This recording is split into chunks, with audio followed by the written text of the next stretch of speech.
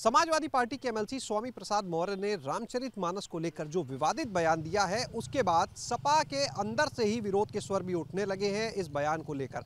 हमारे साथ में इस समय समाजवादी पार्टी से ही विधायक राकेश प्रताप सिंह जी हैं, उन्हीं से बात करते हैं। राकेश जी, किस तरह से देखते हैं, आप ही की पार्टी के एमएलसी हैं स्वामी प्रसाद मौर्य और सवाल उठा रहे हैं रामचरितमानस पे? देखिए, मेरा अपना मानना है कि जो प्रभु राम पर या रामायण पर कोई सवाल उठा रहा है, ना तो सच्चा सनातनी हो सकता है, ना सच्चा समाजवादी हो सकता है। समाजवादी सच्चा वो है जिनके जो हमारे आस्था के केंद्र हैं, जिनके दिखाए गए रास्तों पे हम समाजवादी लोग चलते हैं। मैं एक उदाहरण दूंगा कि आप देखिए कि डॉक्टर राम मनोहर लोहिया जी ने ही अगर किसी ने प्रभु राम के नाम से मेले का आयोजन शुरू किया है, तो डॉक्टर राम मनोहर लोहिया जी ने अपने पुस्तक में लिखा है कि उन्होंने शुरू किया है। तो राम मेला का आयोजन डॉक्टर राम मनोहर लोहिया जी ने शुरू किया और उन्होंने अपनी पुस्तक में लिखा है कि मैं रोज कम से कम 9 पेज रामायण के रोज पढ़ता था।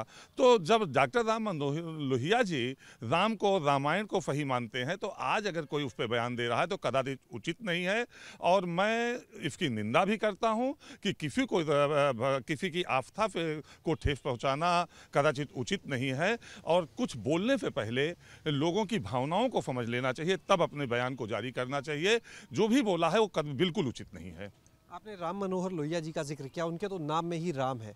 तो जो पार्टी आपकी समाजवादी पार्टी कहती है हम राम लोहिया जी के सिद्धांतों पर चलते हैं, तो आज क्या हो गया पार्टी को? अब तक कोई बयान तक जारी नहीं करते स्वामी प्रसाद मौर्य की इस विवादित टिप्पणी के बाद? देखिए, माननीय राष्ट्रीय अध्यक्ष जी बाहर हैं और हम लोग भी उनसे ये अनुरोध करेंगे कि एक बैठक करें और अपने बड़े नेताओं से, कार्यकर्ताओं से इस तरह के बयान देने से बचें, ऐसा निर्देश जारी करें। और पार्टी को भी इसका संज्ञान लेना चाहिए। मैं पार्टी से भी अनुरोध करूंगा कि इस तरह के बयान को संज्ञान ले। जिसने भी दिया है, आगे भी कोई देता है तो वो ठीक नहीं है। और मैं आगे ये बताऊंगा कि राम मनोहर लोहिया जी के नाम के आगे ही राम से शुरुआत है। तो मैंने पहले भी बताया कि राम के विषय में उनका क्या, तो डॉक्टर राम मनोहर लोहिया नहीं, राम का जो चित्रण करेगा, राम ने फेबरी के झूठे बैर खाए, राम ने निफात जी को, महाराज निफात को अपना मित्र बनाया। राम से बड़ा सच्चा समाजवादी कौन हो सकता है इस धरती पे? राम के अलावा राम के से बड़ा समाजवादी कोई जन्म ही नहीं लिया है। तो मैं जो उन्होंने किया है, जो उन्होंने हमको रास्ता दिखाया है, जो रामायण और राम के चरित्र और रामायण को पढ़ने के बाद हम लोग ये मानते हैं कि ये हमारा उच्च तरीके से अपना जीवन जीने का, आदर्श जीवन, मर्यादित जीवन जीने का जो सबसे ज़्यादा जहाँ से मार्गदर्शन मिलता है वो रामायण से मिलता है और राम के चरित्र से मिलता है। इस पर किसी को कमेंट नहीं करना चाहिए। रामचरितमानस का पाठ तो आप भी अपने घर पर अक्सर रखवाते हैं?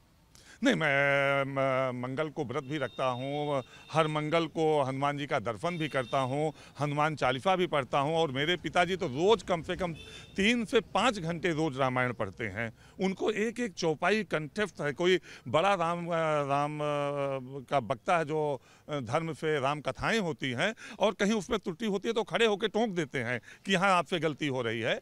तो हम लोग तो, हमारे आदर्श हैं राम, हमारे आराध्य हैं राम, हम उनका अपमान कैसे बर्दाश्त कर सकते हैं? आज पूरी समाजवादी पार्टी को कटघरे में खड़ा कर रहा है सत्ता पक्ष। वो कह रहा है कि आज जो स्वामी प्रसाद मौर्य बोल रहे हैं वो कहीं ना कहीं सपा की भाषा है।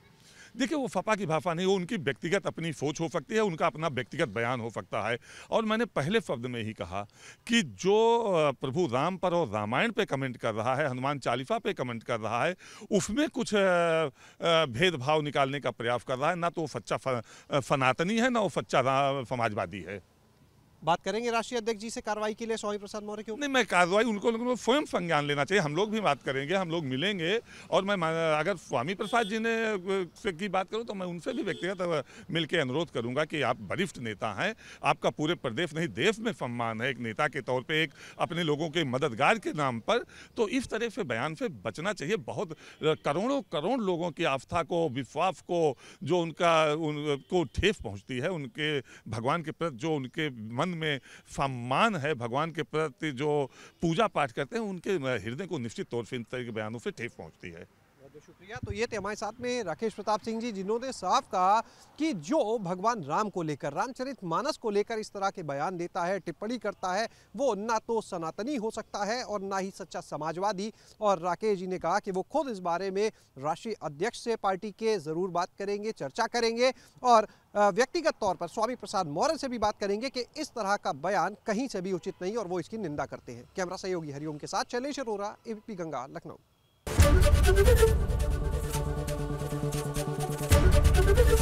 एबीपी गंगा, खबर आपकी, जुबान आपकी।